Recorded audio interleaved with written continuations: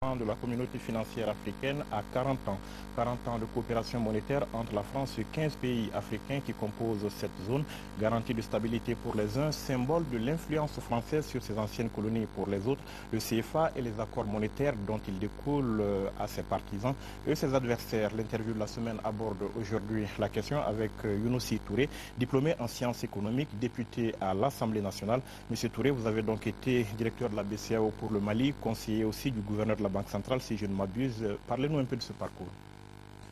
Oui, effectivement, j'ai effectué l'essentiel de ma carrière professionnelle à la Banque centrale. Je suis venu à la Banque centrale par hasard, hein. Mais j'ai gravi tous les échelons. Simple cadre du service des études, ensuite directeur adjoint des études, ensuite directeur des études, ensuite directeur adjoint de la Banque centrale du Mali, ensuite directeur général de la Banque centrale du Mali, et à l'intégration du Mali, à lui et moi, en 1984, j'ai été nommé directeur national de la Banque centrale des États de l'Afrique de l'Ouest pour le Mali. Vous avez été aussi conseiller du gouverneur. J'ai été, après un parcours politique rapide, j'ai été conseiller spécial du gouverneur de la BCEAO. Et là, c'était au siège de la BCEAO à Dakar. Cette mission, ça consiste en quoi? La mission de conseiller spécial du gouverneur, eh bien, les conseillers spéciaux, généralement, des gens qui ont acquis une certaine expérience dans le domaine de la gestion de la monnaie et du crédit, dans la gestion également de la banque, qui sont auprès du gouverneur pour lui donner leur avis sur la politique à mener au niveau de l'ensemble des États membres de l'UEMOA. On célèbre donc les 40 ans du franc CFA. Il y a eu récemment une réunion dans ce cadre à Paris. Alors, cet anniversaire, quel est l'intérêt selon vous? Est-ce qu'on a une raison aujourd'hui de s'arrêter pour célébrer les 40 ans du CFA? Je pense qu'on a une raison de s'arrêter pour célébrer les 40 ans du franc CFA parce que, voyez-vous, lorsque des États mettent en commun la gestion de leur monnaie, parce que la monnaie quand même est un élément de souveraineté nationale, c'est vraiment le droit régalien de battre monnaie qui est reconnu par tous. Lorsque les États acceptent de mettre en commun la gestion de cet instrument sur une longue période, eh bien, en renforçant, n'est-ce pas, leur capacité de développement économique et leur capacité de coopération sur le plan monétaire et sur le plan financier, je pense qu'il est bon à un moment donné de s'arrêter pour voir le parcours et de voir également les perspectives de l'avenir. Parlons déjà de ce qui s'est passé en 72, si je ne m'abuse. Alors, il y avait peut-être des raisons d'aller à cette zone franc. Les réalités de 72 ne sont pas forcément celles d'aujourd'hui. Quelles étaient les raisons profondes en ce moment?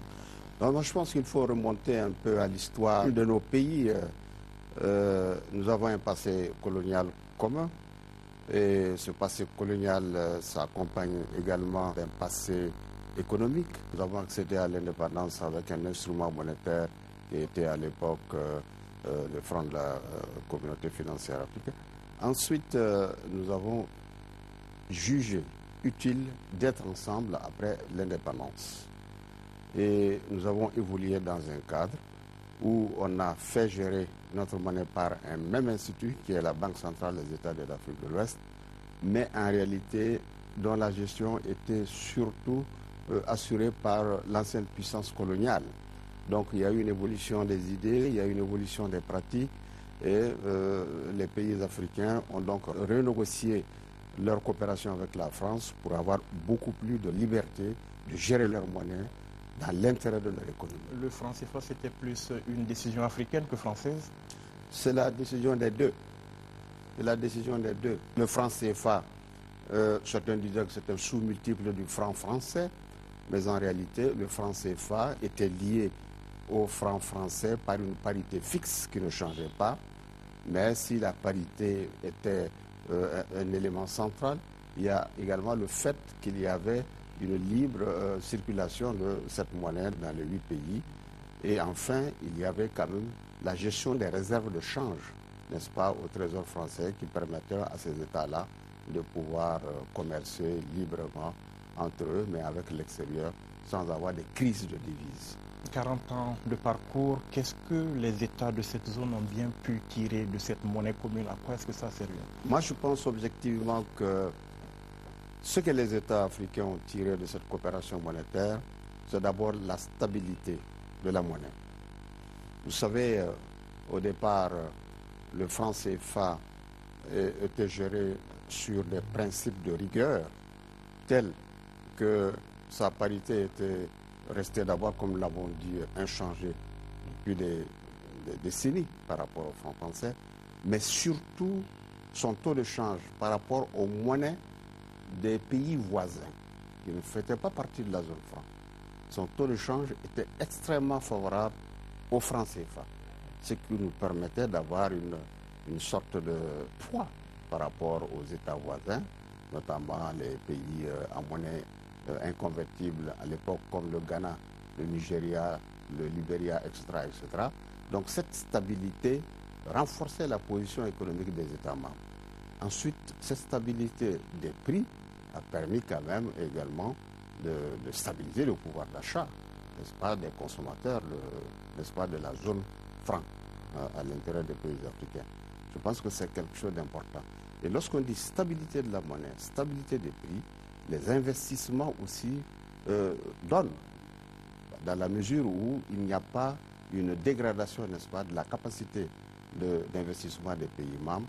Ça a permis réellement d'attirer des capitaux, n'est-ce pas, à l'intérieur de ces pays. Ils en ont profité. Est-ce que la zone franc se porte mieux que les pays en Afrique qui ont par exemple leur propre monnaie? Oui, la zone franc. Quand vous dites zone franc, vous parlez des pays africains qui ont une monnaie commune, qui est le franc CFA. Absolument. Qui se compare aux pays qui ont des monnaies inconvertibles, surtout il y a quelques années. Moi, je vous ai dit que la stabilité du franc CFA a permis aux pays membres d'attirer des investissements importants dans la zone. La stabilité de la monnaie a permis également d'avoir une certaine stabilité des prix. Donc, les taux de croissance, peut-être qu'ils n'étaient pas fulgurants, mais ça a permis réellement à nos économies de progresser régulièrement sans heurts. En revanche, nous avons observé que lorsque la monnaie était inconvertible et qu'elle était gérée avec une certaine liberté, disons un certain laxisme, eh bien, on fait appel à la planche à billets et la valeur interne de la monnaie a tendance à diminuer fortement, ce qui amène vraiment une crise à l'intérieur des pays. Le Mali a vécu ça, parce que l'histoire du Mali est intéressante en ce sens que nous avons quitté la zone franc et nous y sommes revenus. Nous avons eu le temps de voir les conséquences d'une gestion monétaire, d'une monnaie inconvertible et les conséquences d'une monnaie qu'on gère avec un taux fixe, une parité fixe avec une monnaie extérieure et surtout dans le cadre d'une communauté. On a des économies comme le Ghana qui ne se portent pas mal en Afrique. Actuellement. Oui. Mais le Ghana a traversé une situation extrêmement difficile et qui a amené des crises, non seulement sur le plan social, mais sur des plans politiques. Donc le Ghana a eu un parcours extrêmement difficile quand le CEDI était inconvertible, quand la gestion du CEDI était un peu hasardeuse. Vous savez, hein, le taux de change du CEDI par rapport au franc CFA à l'époque, c'était extraordinaire. Vous avez parlé de l'arrimage au franc français, vous avez parlé de cette garantie par le Trésor français, vous avez parlé aussi de monnaie en tant qu'instrument de souveraineté. Alors certains considèrent que en fait, le CFA, cette zone, c'est le signe d'une décolonisation inachevée. Je pense que les gens sont excessifs en disant que c'est le signe d'une décolonisation inachevée. On pouvait faire mieux, c'est évident. Parce que la gestion de la monnaie peut être une gestion en accord avec une puissance qui a plus de capacité que vous, mais la gestion d'une monnaie peut être également tout à fait indépendante, autonome. C'est une décision politique qu'il faut prendre, mais dont les conséquences sont à gérer également. lorsque vous avez votre propre monnaie, vous avez l'obligation de la gérer rigoureusement. Rigoureusement pour que vous puissiez financer votre économie sans tomber dans l'excès de création monétaire, pour que vous puissiez financer éventuellement le trésor public, c'est-à-dire l'État, sans dépasser les normes admises, pour que vous puissiez également avoir suffisamment de devises pour commercer avec l'extérieur. Mais lorsque vous n'avez pas cette rigueur, cette volonté politique de gérer votre monnaie, il est évident que vous allez tomber dans un cycle de perturbation avec la création monétaire excessive, ce qu'on appelle la planche à billets, à des séries de dévaluations, comme nous l'avons vu dans certains États. Et c'était un problème peut-être de compétence au départ. Aujourd'hui, on a suffisamment de ressources. Je pense objectivement qu'aujourd'hui, nous avons une expérience sur le plan technique. Nous avons des cadres africains qui peuvent effectivement assurer une gestion correcte de la monnaie, mais à condition que la volonté politique soit nettement affirmée au niveau des États. Il y a des économistes qui pensent aujourd'hui qu'il faut remettre carrément ces accords monétaires en cause, qu'il faut carrément démanteler cette zone franc parce qu'ils estiment que la France y tire plus d'avantages que les pays africains. Moi, je pense que ces économistes, ils exagèrent un peu. En réalité, le franc CFA n'est plus lié au franc français, qui n'existe plus. Le franc CFA a une parité avec l'euro, qui lui-même est une monnaie commune. Mais garantie par le Trésor français. Disons, ça ne veut pas dire que c'est garanti directement par le Trésor français. Vous savez, le mécanisme est tel que lorsque vous avez des réserves de change suffisantes, n'est-ce pas, vous n'êtes pas en réalité garanti directement par le Trésor français. Vous êtes garanti lorsque vous êtes déficitaire au Trésor français, où le Trésor français intervient dans vos échanges extérieurs. Mais tant que l'économie marche, tant que vous avez des réserves extérieures qui sont suffisantes, la garantie est plutôt nominale. Elle n'est pas effective. Vous savez, sur le plan monétaire, je pense que la responsabilité doit être assumée surtout par les États qui sont responsables de la monnaie, qui sont propriétaires de la monnaie. Mais on peut toujours se faire aider, n'est-ce pas, par plus puissants que nous. Si la faible compétitivité de nos économies n'est pas une question de monnaie, à quoi est-ce qu'elle peut être due aujourd'hui selon vous? La faible compétitivité de nos monnaies, de nos économies, vous dites, est due à plusieurs choses. D'abord, les coûts. Les coûts sont assez rigides dans nos pays. Je prends un pays comme le Mali. L'eau, l'électricité coûtent cher. Les transports coûtent cher.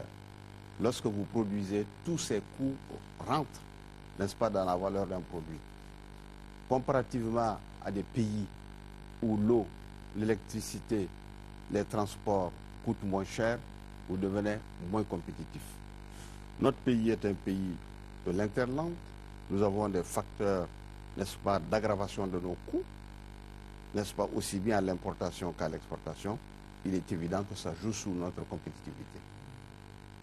Ce n'est pas valable pour tout le monde. Mais il y a des cas où nous sommes beaucoup plus compétitifs.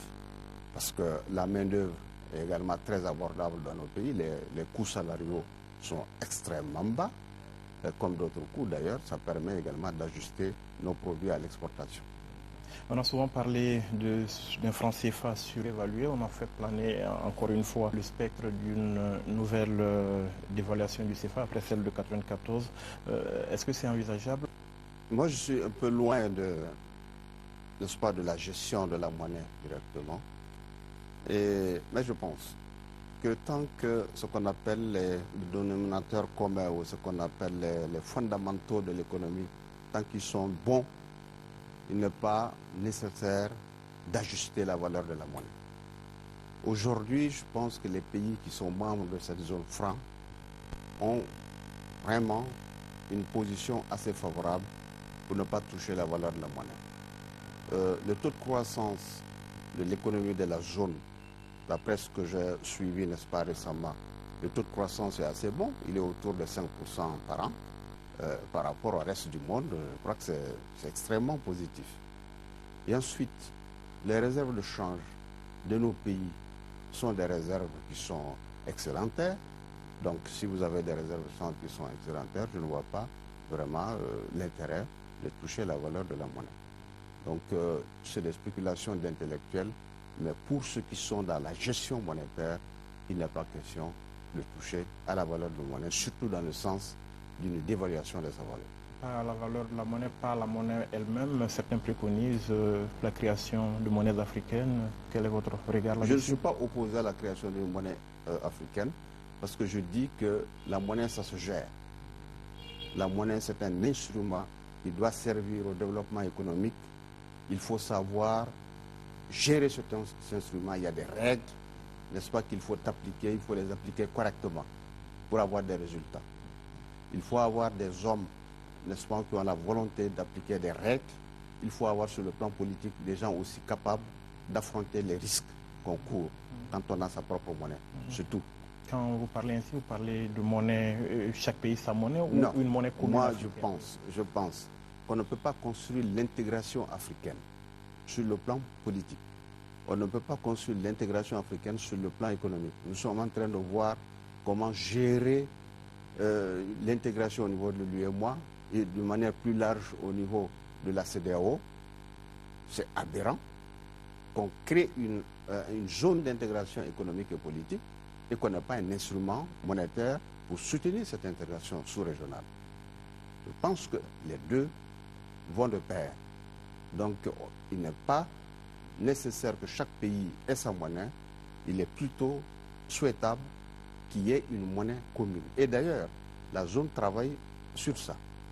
Mais vous savez, quand on est séparé dans la gestion monétaire pendant des années, pour vous ramener, n'est-ce pas, à l'harmonisation, pour décider d'avoir la même unité monétaire, c'est extrêmement difficile. Donc aujourd'hui, nous avons le franc CFA. Les autres pays de la CEDEAO ont leur monnaie commune, mais ont leur monnaie séparée. Mais l'objectif, c'est de gérer de manière à coordonner les politiques économiques pour qu'un jour, on ait la même monnaie. Qu'est-ce que vous pensez justement de cette marche de nos pays vers l'intégration économique et monétaire après? Je pense que c'est ça la voie de l'avenir. L'Afrique n'aura son mot à dire. L'Afrique n'aura sa place dans ce monde que lorsque elle prendra son destin en main en intégrant ses économies, en intégrant ses populations, en intégrant ses ressources et en les exploitant ensemble. C'est ça l'avenir. Mais on ne marche pas suffisamment vite. Moi, je pense qu'on ne marche pas suffisamment vite. Sur ce plan-là, je suis entièrement d'accord avec vous. J'ai fait une partie de ma carrière dans la gestion de l'intégration économique. J'ai déjà fait à la BCEAO, sur le plan monétaire, mais je l'ai fait également à l'UEMOA en tant que commissaire pendant 8 ans. Nous avons fait ce que nous pouvions pour que l'Afrique se prenne en main. Mais nous avons observé qu'il y a des rigidités. Ce sont ces rigidités justement qu'il faut vaincre pour qu'on puisse aller de l'avant. L'avenir de la paix, l'avenir de la démocratie, l'avenir vraiment du progrès économique et social dans cette zone, c'est dans l'intégration économique. Vous avez travaillé à cela, vous y croyez? J'y crois et je continue d'y travailler malgré la réduction, n'est-ce pas, de mes capacités en la matière. J'y pense tous les jours et dans mes propos aussi bien que dans mes actes, je vais vers l'intégration de l'Europe. Un mot de la crise financière internationale pour terminer. Plusieurs pays européens sont touchés. Quelles conséquences aujourd'hui pour l'Afrique? Le monde est tellement interpénétré aujourd'hui que lorsqu'il y a une crise quelque part, elle aura sa répercussion tôt ou tard sur les autres, surtout dans nos rapports avec l'Europe. Vous venez de dire que le franc CFA, qui est notre monnaie commune, est lié à l'euro. Il est évident que si les pays, n'est-ce pas, qui ont comme monnaie l'euro ont des problèmes, nous aurons également des problèmes tôt ou tard. Donc la crise financière européenne a des conséquences sur nous. Merci, M. Touré, d'avoir accepté de répondre à nos questions. C'est à moi de vous remercier. Merci à vous aussi, chers téléspectateurs, d'avoir été avec nous. On se donne rendez-vous la semaine prochaine pour un autre numéro de l'interview de la semaine. En attendant, passez d'excellents moments de télévision à notre compagnie.